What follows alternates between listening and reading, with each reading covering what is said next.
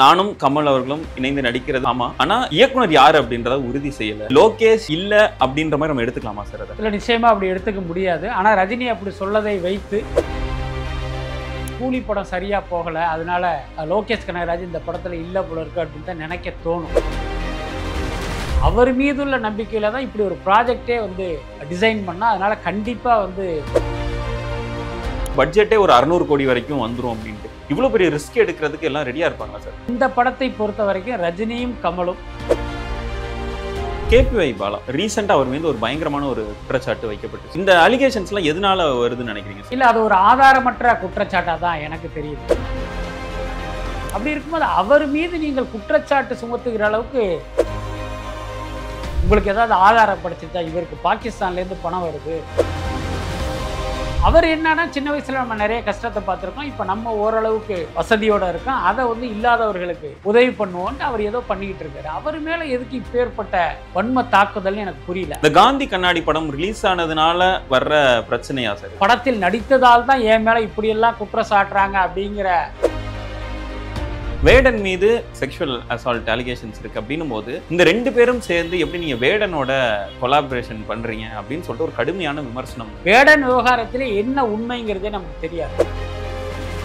வேடன் வந்து உண்மையில வந்து ஒரு நிரபராதி. ஆனா கேரளாவில் அவர் மிகப்பெரிய மக்கள் சக்தி கொண்டவரா மாறிக்கிட்டு இருக்காரு. அது அங்க இருக்கிற காவல்துறைக்கும் ஆட்சியாளர்களுக்கும் ஒரு பெரிய அச்சுறுத்தலா இருக்கு. அதனால அவர் மீது பொய் வழக்கு போட்டு இந்த மாதிரி எல்லாம் பண்றாங்கிற மாதிரியான ஒரு தகவலை சொல்றாங்க. நீங்க நார்மலா பாத்தீங்கன்னா அந்த கதைக்கு இந்த கதைக்கு சம்பந்தம் இல்லை. ஆனா ரொம்ப நுணுக்கமா பாத்தீங்கன்னா அதுக்கு இதுக்கு ஒரு சின்ன தொடர்பு. அதுதான் இந்த படத்தினுடைய கதை.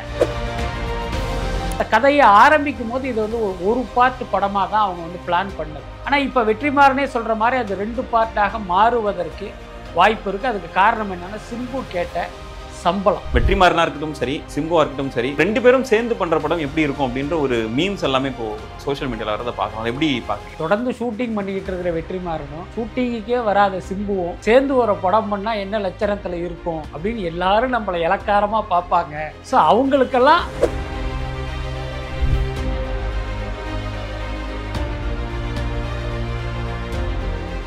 இந்த ஃபைனல் கட் நேயர்களுக்கு வணக்கம். தமிழ் சினிமாவில் பல விஷயங்கள் இப்போ டாக்கிங் பாயிண்டாக இருக்குது. இது குறித்து யார்கிட்ட பேச போகிறோம் அப்படின்னா, சீனியர் ஜேர்னலிஸ்ட் பிஸ்மி அவர்களோட. வணக்கம் சார். வணக்கம். நிறைய விஷயங்கள் இருக்குது. அதில் பிரதானமாக நான் கேட்கணும்னு நினைக்கிறது, நடிகர் ரஜினிகாந்த் அவர்கள் ரீசெண்டாக ஏர்போர்ட்டில் கொடுத்த ஒரு இது, நானும் கமல் அவர்களும் இணைந்து நடிக்கிறது ஆமாம், ஆனால் இயக்குனர் யார் அப்படின்றத உறுதி செய்யலை அப்படின்ற ஒரு விஷயத்த சொல்லியிருக்காரு. இது லோகேஷ் இல்ல அப்படின்ற மாதிரி நம்ம எடுத்துக்கலாமா சார்? அதை இல்லை, நிச்சயமா அப்படி எடுத்துக்க முடியாது. ஆனால் ரஜினி அப்படி சொல்லதை வைத்து நீங்கள் அப்படி மேலோட்டமாக பார்த்தீங்கன்னா, ஐயோ கூலி படம் சரியாக போகலை, அதனால லோகேஷ் கனகராஜ் இந்த படத்தில் இல்லை போல இருக்கு அப்படின்னு தான் நினைக்க தோணும். அஸ் ஏ ஜேர்னலிஸ்டாக நமக்கும் அப்படி ஒரு கேள்வி தான் வந்தது. நம்ம ராஜ்கமல் வட்டாரத்திலே உடனடியாக அதை நம்ம ரீகன்ஃபார்ம் பண்ணோம். அவங்க சொன்னது என்னென்னா, இல்லை இந்த ப்ராஜெக்டில் வந்து லோகேஷ் கனகராஜ் தான் இயக்குனர், அதில் எந்த மாற்றமும் இல்லை. இன்னும் சொல்ல போனால் இந்த ப்ராஜெக்ட் பிள்ளையார் சொல்லி போட்டதே லோகேஷ் தான். லோகேஷை வச்சு தான் அந்த 2 பேர் இந்த ப்ராஜெக்டுக்குள்ளே வர்றாங்க. இவருக்கும் வந்து அவர் நெருக்கமான இயக்குனர், ரஜினிக்கும் நெருக்கமான இயக்குனர். அந்த அடிப்படையில் தான் அவர் மீதுள்ள நம்பிக்கையில் தான் இப்படி ஒரு ப்ராஜெக்டே வந்து டிசைன் பண்ணால், அதனால் கண்டிப்பாக வந்து லோகேஷ் இல்லாமல் இன்னொரு இயக்குனரை நினச்சி கூட பார்க்கல. அதே நேரம் என்னென்னா, இந்த ப்ராஜெக்ட் இப்போ கிடையாது, அடுத்த வருஷம். அவர் வந்து ஜெயிலர் 2 முடிச்சுட்டு வரணும், கமல்ஹாசன் வந்து அன்பறிவு படத்தை முடிச்சுட்டு வரணும், அதுக்கப்புறம் தான் அந்த ப்ராஜெக்ட்டு. இந்த நேரத்தில் நீங்கள் எல்லாத்தையுமே சொல்ல வேணாங்கிறதுனால ஒரு சஸ்பென்ஸாக இருக்கட்டும், ஐ மீன் அது ஒரு உறுதிப்படுத்தப்படாத விஷயமா இருக்கட்டும்ங்கிறதுனால ரஜினி சார் அந்த மாதிரி சொல்லியிருக்காரு. மற்றபடி லோகேஷ் தான் அதனுடைய இயக்குனருங்கிற மாதிரி ரொம்ப உறுதியாக சொன்னாங்க. அதனால் இப்போ அவர்கள் சொன்ன அந்த தகவலையே நம்ம வந்து ஒரு அப்டேட்டாக வச்சுக்கலாம். அண்ட் இதில் இன்னொரு பெரிய கொஸ்டின் என்ன இருக்குது அப்படின்னா, லோகேஷாக இருக்கட்டும் இல்லை இந்த 3 பேர் சேர்ந்து இணைகிற ஒரு படம் அப்படின்னா, நம்மளுமே பேசியிருப்போம், கிட்டத்தட்ட பட்ஜெட்டே ஒரு 600 கோடி வரைக்கும் வந்துடும் அப்படின்ட்டு.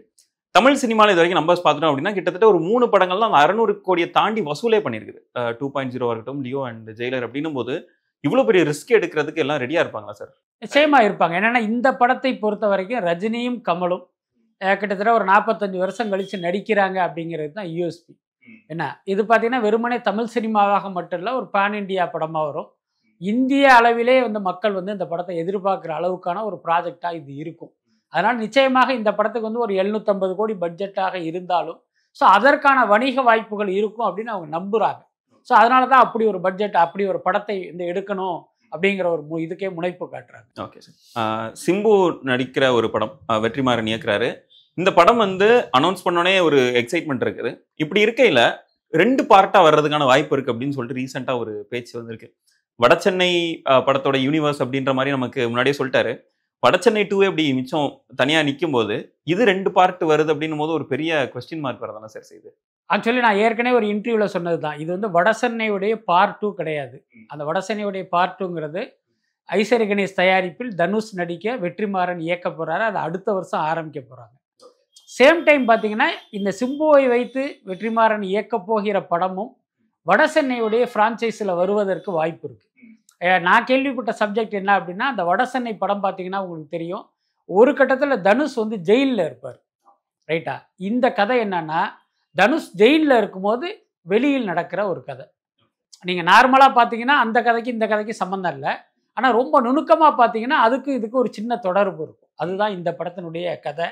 ஆனால் பார்த்தீங்கன்னா இந்த கதையை ஆரம்பிக்கும் போது இது வந்து ஒரு பார்ட் படமாக தான் அவங்க வந்து பிளான் பண்ணது. ஆனால் இப்போ வெற்றிமாறனே சொல்கிற மாதிரி அது 2 பார்ட்டாக மாறுவதற்கு வாய்ப்பு இருக்குது. அதுக்கு காரணம் என்னென்னா, சிம்பு கேட்ட சம்பளம். முதல்ல வந்து அவர் ப்ராஃபிட் ஷேர் அப்படிங்கிற அடிப்படையில் தான் உள்ளே வந்தார். ஆனால் திடீர்னு என்ன பண்ணிட்டார், எனக்கு அதெல்லாம் வேண்டாம், எனக்கு சம்பளம் கொடுங்கன்ட்டு ஒரு 45 கோடி ரூபா சம்பளம் கேட்டார். அதில் தான் தானு மிரண்டு போய் அந்த படத்தை வந்து ஸ்டாப் பண்ணிட்டார். என்ன ட்ராப் பண்ணல, ஸ்டாப் பண்ணிட்டார். என்ன காரணம்னா, இப்போ 45 கேட்குறாரு, நீங்கள் நெகோசியேட் பண்ணீங்கன்னா ஒரு 40 கோடிக்கு அவர் ஓகே. வெற்றிமாறனுக்கு ஒரு 20 கோடி, அவர் 25 கேட்குறாரு. 20 கோடினா கூட இவங்க சம்பளமே 60 கோடி ஆச்சு. அப்புறம் மேக்கிங் காஸ்ட் ஒரு 50 கோடினா 110 கோடி. அப்புறம் பப்ளிசிட்டி வட்டி அது ஒரு 30 கோடி வச்சுக்கினா இந்த ப்ராஜெக்ட் வந்து 140 கோடியில் வந்து நிற்கும். ஆனால் இன்னைக்கு பார்த்தீங்கன்னா சிம்புவுக்கு 140 கோடி பிஸ்னஸ்லாம் கிடையவே கிடையாது. அப்போ 140 கோடி செலவு பண்ணி ஒரு படத்தை எடுத்து அதில் 40 கோடி ரூபா நமக்கு டெபிசிட் ஆச்சுன்னா எதுக்கு அந்த படத்தை அவர் எடுக்கணும்? அப்போ என்ன யோசிச்சிருப்பாங்க அப்படின்னா, சரி இவ்வளவு ரூபா செலவுங்கிறது தவிர்க்க முடியாது, அதை 2 பார்ட்டாக எடுத்துடலாங்கிற லெவலுக்கு வந்திருப்பாங்கன்னு நினைக்கிறேன். ஆனால் இதில் என்ன சிக்கல் அப்படின்னா, 2 பார்ட் எடுக்கும்போது உங்களுக்கு இந்த மேக்கிங் காஸ்ட் வேணா குறையுமே தவிர, வெற்றிமாறனும் 2 படத்துக்கு சம்பளம் கேட்பாரு, சிம்புவும் 2 படத்துக்கு சம்பளம் கேட்பாரு. அப்போ அதில் ஒரு 60 கோடி ரூபா எக்ஸஸ் ஆச்சுன்னா அது 200 கோடி படமாக போய் நிற்கும். அதனால் இந்த கணக்குகளை எல்லாம் அவங்க போட்டு ஒர்க் அவுட் பண்ணி அது கரெக்டாக இருந்துச்சு அப்படின்னா அவங்க அந்த அடுத்த கட்டத்துக்கு வருவாங்க. Okay sir. பொதுவாகவே இருக்கிற சோஷியல் மீடியாவில் இருக்கிற ஒரு டாக் என்னன்னா, வெற்றிமாறனாக இருக்கட்டும் சரி, ஆரம்பித்த படத்தை முடிக்கிறதுக்கு லேட் ஆக்குவார். சிம்புவாக இருக்கட்டும் சரி, அவரோட படங்கள் என்றைக்குமே சொன்ன தேதியில் ரிலீஸ் ஆனதில்லை அப்படின்ற மாதிரி. ஸோ இப்போ 2 பேரும் சேர்ந்து பண்ணுற படம் எப்படி இருக்கும் அப்படின்ற ஒரு மீம்ஸ் எல்லாமே இப்போது சோஷியல் மீடியாவில் வரதை பார்க்குறோம். அதை எப்படி பார்க்குறீங்க சார்? இதில் பெரிய நகைச்சுவை என்ன அப்படின்னா, வெற்றிமாறனும் சிம்புவும் சேர்ந்து ஒரு படம் பண்ணுறது அப்படின்னு டிசைட் பண்ணுறதுக்காக ஒரு சந்திப்பு நடக்குது தானு சாரு ஆஃபீஸில். அப்போது வெற்றிமாறன் வந்து சிம்புக்கிட்ட சொன்ன வார்த்தையை நான் உங்களுக்கு நினைவுபடுத்த விரும்புகிறேன். தொடர்ந்து ஷூட்டிங் பண்ணிக்கிட்டு இருக்கிற வெற்றிமாறனும் ஷூட்டிங்குக்கே வராத சிம்புவும் சேர்ந்து ஒரு படம் பண்ணால் என்ன லட்சணத்தில் இருக்கும் அப்படின்னு எல்லாரும் நம்மளை இலக்காரமாக பார்ப்பாங்க. ஸோ அவங்களுக்கெல்லாம் அவங்களே மூக்கில் விரல் வைக்கிற மாதிரி நம்ம படம் எடுக்கணும் அப்படின்னு வெற்றிமாறன் சொன்னதா அந்த குழுவை சேர்ந்த ஒருத்தர் என்கிட்ட சொன்னார். கிட்டத்தட்ட அதுதான் ரசிகர்களுடைய பார்வையாகவும் இருக்கும். ஆனால் இதுக்கு வந்து பதில் சொல்ல வேண்டியது அவங்க 2 பேர் தான். என்னென்னா, உங்கள் மேலே இப்படி ஒரு கருத்து இருக்குது, இவர் மேலே இப்படி ஒரு கருத்து இருக்குது. இதை பொய்யாக்கி ஒரு குறிப்பிட்ட காலத்தில் இந்த படத்தை எடுத்து மக்களுக்கு வந்து அதை ஒரு சரியான படைப்பாக கொடுக்க வேண்டிய கடமை வந்து அவங்க 2 பேருக்கு இருக்குது.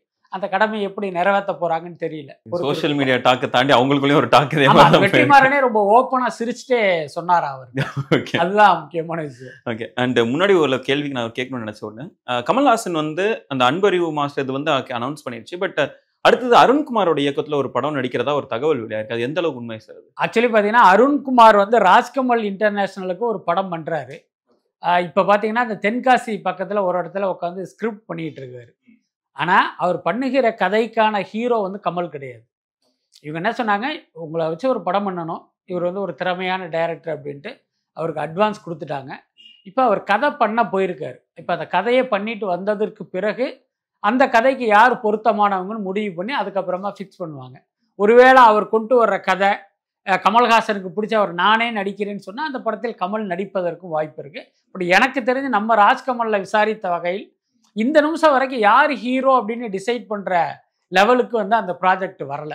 அண்ட் அடுத்ததான் கேபிஒய் பாலா ரீசெண்டாக அவர் மீது ஒரு பயங்கரமான ஒரு குற்றச்சாட்டு வைக்கப்பட்டுச்சு. அவர் வந்து ஃபேக் ஆம்புலன்ஸ் கொடுத்து உதவுறாரு அப்படின்ற மாதிரி. அதுக்கு அவருமே என்னன்னா 2-3 வீடியோ போட்டு விளக்கம் கொடுத்துருந்தாரு. இந்த அலிகேஷன்ஸ்லாம் எதனால வருதுன்னு நினைக்கிறீங்க சார் அவர் மேல? அண்ட் அவர் மேல வைக்கப்பட்ட அந்த குற்றச்சாட்டு எந்த அளவுக்கு உண்மையா இருக்கும்? இல்ல, அது ஒரு ஆதாரமற்ற குற்றச்சாட்டா தான் எனக்கு தெரியுது. முதல் விஷயம் என்னன்னா, இப்ப கேபிஒய் பாலா தன்னுடைய வருமானத்தின் பெரும்பகுதியை இந்த மாதிரி இல்லாதவர்களுக்கு வந்து கொடுத்து ஹெல்ப் பண்றாரு. ஆம்புலன்ஸ் கொடுக்குறாரு, 3 சக்கர வாகனம் கொடுக்குறாரு, தையல் மிஷின் கொடுக்குறாரு. ஏதோ அவரால் முடிந்த சில உதவிகளை அவர் பண்ணிட்டு இருக்காரு. அப்படி இருக்கும்போது அவர் மீது நீங்கள் குற்றச்சாட்டு சுமத்துகிற அளவுக்கு என்ன நடந்தது? உங்களுக்கு ஏதாவது ஆதாரம் கிடைச்சிருச்சா? இவருக்கு பாகிஸ்தான்லேருந்து பணம் வருது, ஆப்கானிஸ்தான்லேருந்து பணம் வருதுங்கிற மாதிரி உங்களுக்கு ஏதாவது வெளிநாட்டுல இருந்து கைக்கூலி அப்படின்ற அதுதான் சொல்றேன். அந்த மாதிரியான ஒரு பெரிய வார்த்தை கொண்டு நீங்கள் அவரை தாக்க வேண்டிய அவசியம் என்னங்கிறது தான் எனக்கு உண்மையிலேயே புரியல. ஒருவேளை பாலா வந்து ஒரு இஸ்லாமியராக இருக்கும் பட்சம் அல்லது ஒரு இஸ்லாமிய மக்களை ஆதரிப்பவராக இருப்பதாக வைத்துக்கொண்டால் இவர் வந்து பாகிஸ்தான் தீவிரவாதி, பணம் கொடுக்குறாங்க அல்லது ஒரு பாகிஸ்தானோட தொடர்பு இருக்குன்னு நீங்கள் என்ன வேணாலும் சொல்லிட்டு போகலாம். அவர் அப்படிப்பட்ட ஆளும் கிடையாது. அதுக்கப்புறம் பார்த்தீங்கன்னா இவர் ஏதோ ஒரு வலதுசாரி ஆதரவாளராக இருக்கிறதா ஒரு பேச்சுக்கு வச்சுக்கிட்டா இவருக்கு பாஜக உதவி பண்ணுதுங்கிற மாதிரி அப்படி ஒரு குற்றச்சாட்டை வைக்கலாம். இவர் அந்த மாதிரியான ஆளும் கிடையாது. இவர் சாதாரண எந்த அரசியல் பின்புலமும் எந்த அரசியல் நிலைப்பாடும் அரசியல் கருத்தியலும் இல்லாத ஒரு நார்மலான ஒரு காமெடி நடிகர். அவர் என்னன்னா சின்ன வயசுல நம்ம நிறைய கஷ்டத்தை பார்த்துருக்கோம். இப்போ நம்ம ஓரளவுக்கு வசதியோட இருக்கோம், அதை வந்து இல்லாதவர்களுக்கு உதவி பண்ணுவோன்ட்டு அவர் ஏதோ பண்ணிக்கிட்டு இருக்காரு. அவர் மேலே எதுக்கு இப்பேற்பட்ட வன்ம தாக்குதல்னு எனக்கு புரியல. அதுக்கப்புறம் அவர் கொடுத்த வாகனங்கள் எல்லாமே ரொம்ப ஃபேக் அப்படின்ட்டு சில நம்பர்லாம் போடுறாங்க. அதற்கான விளக்கத்தையுமே அவர் கொடுக்குறாரு. ஒரு வாகனம் கொடுக்கும்போது டின்னு போடுறதுக்கு பதிலாக டிடின்னு டபுள் டி வந்துருச்சு, அதனால இப்படி ஒரு கன்ஃபியூஸ் வந்துருச்சு அப்படின்னு சொல்றாரு. அப்படி இருந்து நீங்க சமாதானமாக ஏதோ ஒரு பெரிய தேச துரோகம் பண்ண மாதிரி அவர் எதுக்கு விழுந்து புறான்றாங்கிறது தெரியல. அவர் திரைப்படம் நடிக்கிறதுக்கு முன்னாடி வரைக்கும் இந்த இது அப்படி இல்லை, திடீர்னு படம் நடிச்சதுக்கு அப்புறம் இவ்வளவு பெரிய பிரச்சனை ஏன் மேல வரும்னு நான் நினைச்சு கூட பார்க்கல அப்படின்னு சொல்லிட்டு பாலா அவர்கள் சொல்றாரு. இந்த காந்தி கண்ணாடி படம் ரிலீஸ் ஆனதுனால வர்ற பிரச்சனையா சார் இதுவும்? இல்லை, அதுக்கு இதுக்கு சம்மந்தம் இல்லை அப்படின்ட்டு தான் நான் நினைக்கிறேன். என்னன்னா நீ காந்தி கண்ணாடி படத்தை பார்த்தீங்கன்னா அது ஒரு நார்மலான படம். அதாவது பார்த்தீங்கன்னா இது வந்து குப்பைன்னு நிராகரிக்கிற படமும் கிடையாது, ஆகான்னு தலையில் தூக்கி வச்சு கொண்டாடுகிற படமும் கிடையாது. பட் அது ஒரு நார்மலான படம் தான். என்னுடைய தனிப்பட்ட கருத்தாக கேட்டிங்கன்னா பாலாவுக்கு சினிமாவில் ஹீரோவாக நடிக்கணும் அப்படின்னு எண்ணம் வந்திருந்து அவர் ஒரு படம் நடிக்கணும்னு முடிவு பண்ணும்போது தேர்ந்தெடுக்க வேண்டிய கதை இது இல்லை. ஒரு வருத்தப்படாத வாலிபர் சங்கம் மாதிரியான ஒரு கமர்ஷியலான ஒரு நகைச்சுவையான கதையை செலக்ட் பண்ணியிருந்தாருன்னா அந்த படம் அவருக்கு ஒரு பெரிய வெற்றியை கொடுத்துருக்கும். ஆனால் இந்த படத்தை பொறுத்த வரைக்கும் ஒரு மிகப்பெரிய வணிக வெற்றி கிடைப்பதற்கான விஷயம் வந்து அந்த படத்தில் இல்லை. அது ஒரு பக்கம் இருக்கட்டும். பட் இந்த நேரத்தில் பார்த்தீங்கன்னா நீங்கள் வந்து அந்த படத்தில் நடித்ததால் தான் என் மேலே இப்படியெல்லாம் குற்றம் சாட்டுறாங்க அப்படிங்கிற அந்த கருத்தையும் நம்மளால் ஏற்க முடியாது.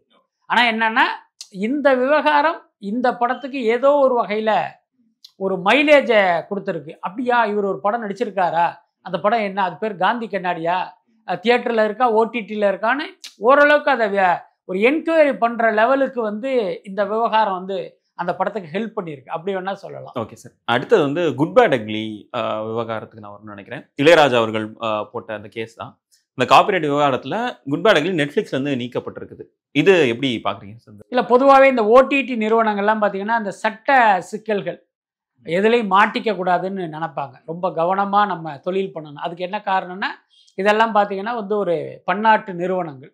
அப்படி இருக்கும்போது ஒரு கோர்ட்டில் போய் மாட்டிக்கிட்டு நீ அமெரிக்காவில் இருக்கிற ஆளை வந்து சாட்சி சொல்ல சொல்லு, அவங்ககிட்ட நாங்கள் விசாரணை பண்ணணும், அவங்களுக்கு சம்மன் அனுப்போம் அப்படின்னா அது அவங்களுக்கு பெரிய சிக்கலை ஏற்படுத்தும். அதனால் இந்த மாதிரியான எந்த சட்ட சிக்கலும் இல்லாமல் நம்ம தொழில் பண்ணணும்னு அவங்க நினைப்பாங்க.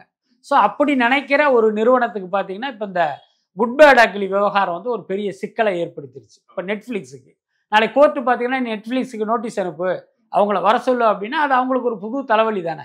அதனால் சேஃபாக என்ன பண்ணிட்டாங்க, அவங்க அந்த பாடல்களை நீக்க முடியாதுங்கிறதுனால படத்தையே ஓடிடி தளத்திலேருந்து அவங்க நீக்கிட்டாங்க. அது மட்டும் இல்லை, அந்த படம் 110 கோடிக்கு வாங்கியிருந்தாங்க. இப்போ ஒரு 2 மாதம் அது இருந்ததுனால அது ஓரளவுக்கு சம்பாரிச்சிருக்கும். ஆனாலும் இப்போ ஒரு 70% நீங்கள் நாங்கள் கொடுத்த பணத்தை வந்து திருப்பி கொடுங்கன்னு அந்த தயாரிப்பாளர்கிட்ட கேட்க ஆரம்பிச்சிட்டாங்க. அப்படி பார்த்தீங்கன்னா கிட்டத்தட்ட ஒரு 70 to 80 கோடி ரூபா தயாரிப்பாளர் வந்து திருப்பி கொடுக்கணும். இதில் என்ன சிக்கல் அப்படின்னா ஏற்கனவே இந்த படத்தை தயாரித்த வகையிலே அந்த நிறுவனத்துக்கு 70 கோடி ரூபா நஷ்டம். இப்போ இந்த ஓடிடிக்கு வாங்கின காசில் 80 கோடியை திருப்பி கொடுனா அவங்களுடைய நஷ்டம் 150 கோடி ஆகிடும். ஸோ அதில் நிகர பாதிப்பு அப்படிங்கிறது அந்த நிறுவனத்துக்கு தான். இது எதனால சார் இளையராஜா கேட்டா 5 கோடி கொடுக்கறதுக்கு தயங்குறது எதுக்கு சார்? ஆக்சுவலி பாத்தீங்கன்னா அந்த பாடலுக்கான ரைட்ஸை அவங்க முறைப்படி வாங்கிட்டாங்க. யார்கிட்ட வாங்கினாங்க அப்படின்னா அந்த பாடலுடைய உரிமை யார்கிட்ட இருக்கோ அந்த ஆடியோ நிறுவனத்துக்கிட்ட அவங்க வாங்கிட்டாங்க. பொதுவாகவே உங்களுக்கு தெரியும், ஒரு தயாரிப்பாளர் ஒரு படம் எடுக்கிறார் அப்படின்னா அந்த ரிலீஸுக்கு முன்னாலேயே இந்த ஆடியோ ரைட்ஸுங்கிறத ஒரு நிறுவனத்துக்கு வித்துருவாங்க. அந்த ஆடியோ நிறுவனம் பார்த்தீங்கன்னா அது 99 வருஷத்துக்கு 50 வருஷம் அப்படிங்கிற கணக்கில் அவங்க அந்த ரைட்ஸை வாங்கி வச்சுருப்பாங்க. அப்போ வேறு யாருக்காவது அந்த பாடல் தேவை அப்படின்னா யார் இசையமைச்சாங்களோ அவங்ககிட்ட போக மாட்டாங்க, யார்கிட்ட அந்த ரைட்ஸ் இருக்கோ அவங்ககிட்ட தான் வாங்குவாங்க. ஸோ அந்த மாதிரி வந்து அந்த பாடல் யார்கிட்ட இருக்கோ அவங்கக்கிட்ட அவங்க பணம் கொடுத்து ரைட்ஸ் வாங்கி அந்த படத்தில் பயன்படுத்திட்டாங்க. இப்போ இளையராஜா என்ன பண்ணுறாரு அப்படின்னா அதெல்லாம் நான் ஒத்துக்க மாட்டேன், அதனுடைய இசையமைப்பாளர் நான் தானே, எனக்கு 5 கோடி கொடுன்னு அவர் ஒரு பேக் டோரில் கையை விடுறாரு. அதுக்கு அவங்க வந்து உடன்படலை. ஏன்னா அது வந்து ஒரு பன்னாட்டு நிறுவனம். இந்த மாதிரி நீங்கள் அன்அஃபிஷியலாக கேட்கறதுக்கெல்லாம் அவங்க பணம் கொடுக்க முடியாது. இப்போ உதாரணத்துக்கு இளையராஜாவுக்கு 5 கோடி கொடுத்தாச்சு, ஏற்கனவே ரைட்ஸ் வாங்குறதுக்கு ஒரு 5 கோடி கொடுத்தாச்சுன்னா அப்போ ஆடிட்டிங்கில் கேட்பாங்கல்ல, என்னப்பா ஒரே பாட்டுக்கு 2 ஆள்கிட்ட எதுக்கு காசு கொடுத்தேன்னு கேட்டால் அவங்க தானே பதில் சொல்லணும். அப்போ அவங்க என்ன பண்ணிட்டாங்க, நாங்கள் தரமாட்டோன்னு சொல்லிட்டாங்க. அதனால இவர் கோர்ட்டுக்கு போயிட்டார். கடைசியாக ஒரு கேள்வி கேட்கணும்னு நினைக்கிறேன். ரீசெண்டாக பைசன் அப்படின்னு அந்த படத்துல இருந்து 2வது சிங்கிள் ரிலீஸ் ஆயிருந்தது. அதை அந்த மலையாள ராப் பாடகர் வேடன் வந்து பாடியிருக்காரு. வேடன் மீது பல அலிகேஷன்ஸ் இருக்கு, செக்ஷுவல் அசால்ட் அலிகேஷன்ஸ் இருக்கு. அப்படின்னும் போது நீங்க தொடர்ந்து ஒரு அடக்குமுறைக்கு எதிராக போராடுற ஒரு இயக்குனர் வந்து மாரி செல்வராஜ், அதே மாதிரி தொடர்ந்து அடக்குமுறைக்கு எதிராக பாடுற ஒருத்தர் வந்து அறிவு, இந்த 2 பேரும் சேர்ந்து எப்படி நீங்க வேடனோட கொலாபரேஷன் பண்றீங்க அப்படின்னு சொல்லிட்டு ஒரு கடுமையான விமர்சனம் வருது. இது எப்படி பாக்குறீங்க சார் நீங்க? அதாவது வேடன் விவகாரத்தில் உண்மை என்னங்கிறது யாருக்குமே தெரியாது. இப்போ பார்த்தீங்கன்னா அந்த பத்திரிகைகள் வருகிற செய்திகளை வைத்து வேடன் மீது இந்த மாதிரி ஒரு பாலியல் குற்றச்சாட்டு இருக்குது, கைது செய்யப்பட்டிருக்கார், சிறையில் அடைக்கப்பட்டார் அப்படிங்கிற தகவல்கள்லாம் நமக்கும் தெரியும். அதே நேரம் பத்திரிகைகள் வருகிற செய்திகளுடைய உண்மைத்தன்மையை வந்து நீங்கள் கொஞ்சம் அப்படியே ஆராய ஆரம்பித்தா அதில் நிறைய கேள்விகள்லாம் இருக்கும். இப்போ உதாரணத்துக்கு இங்கேயே நம்ம நிறைய செய்திகளை பார்க்குறோம், ஆனால் உண்மை ஒன்றா இருக்கும், காவல்துறை கொடுத்த அவங்களுடைய வெர்ஷன் வேற ஒன்றா இருக்கும். இங்கே துரதிர்ஷ்டவசமாக மீடியாக்கள் எல்லாமே பார்த்தீங்கன்னா காவல்துறை தருகிற செய்தியை தான் செய்தியாக்கிட்டு இருக்காங்க.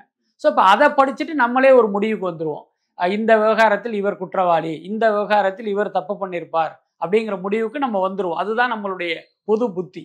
ஆனால் உண்மையை நீங்கள் ஆராய்ச்சி பார்க்கும்போது தான் தெரியும், அடடா இவர் நிரபராதிப்பா, உண்மையில போலீஸ் வந்து இப்படி ஒரு கட்டுக்கதையை கட்டி வந்து அவரை குற்றவாளியை மாற்றிருக்காங்க. நம்ம பல்வேறு வழக்குகளில் பார்த்துருக்கோம். அதனால இந்த வேடன் விவகாரத்திலே என்ன உண்மைங்கிறதே நமக்கு தெரியாது. இப்போ சமீபத்தில் பார்த்தீங்கன்னா இங்கே இருக்கிற இன்னொரு பட நிறுவனம் இதே வேடனை வந்து அவங்க படத்துக்கு கமிட் பண்ணியிருக்காங்க. அப்போ நான் அந்த படம் சம்மந்தப்பட்ட ஒருத்தர்கிட்ட கேட்டேன், நீங்கள் கேட்ட அதே கேள்வியை நான் கேட்குறேன், வேடன் மேலே இந்த மாதிரியான அலிகேஷன்ஸ்லாம் இருக்குது, நீங்கள் ஏன் அவரை யூஸ் பண்ணிட்டீங்கன்னு கேட்கும்போது அவங்க என்ன சொல்கிறாங்க அப்படின்னா, வேடன் வந்து உண்மையில் வந்து ஒரு நிரபராதி, ஆனால் கேரளாவில் அவர் மிகப்பெரிய மக்கள் சக்தி கொண்டவராக மாறிக்கிட்டு இருக்காரு, அது அங்கே இருக்கிற காவல்துறைக்கும் ஆட்சியாளர்களுக்கும் ஒரு பெரிய அச்சுறுத்தலாக இருக்குது, அதனால அவர் மீது பொய் வழக்கு போட்டு இந்த மாதிரியெல்லாம் பண்ணுறாங்கங்கிற மாதிரியான ஒரு தகவலை சொல்கிறாங்க. இப்போ நம்ம கேள்வி என்னன்னா, இவர்கள் சொன்ன இந்த செய்தியை நம்புவதா அல்லது நாம் பத்திரிகையில் படித்த நாம் கேள்விப்பட்ட இந்த செய்தியை நம்புறதா? அதனால இந்த வேடன் விவகாரம் குறித்து பார்த்தீங்கன்னா உண்மை என்னங்கிறது நமக்கே தெரியாது. அதனால இது குறித்து நாம் எந்த கருத்தும் சொல்றது சரியா இருக்காதுன்னு நினைக்கிறேன். உங்களோட நேரத்தை செலவிட்டதுக்கு நிறைய விஷயங்கள் பகிர்ந்ததுக்கு ரொம்ப ரொம்ப நன்றி. Thank you sir. நன்றி.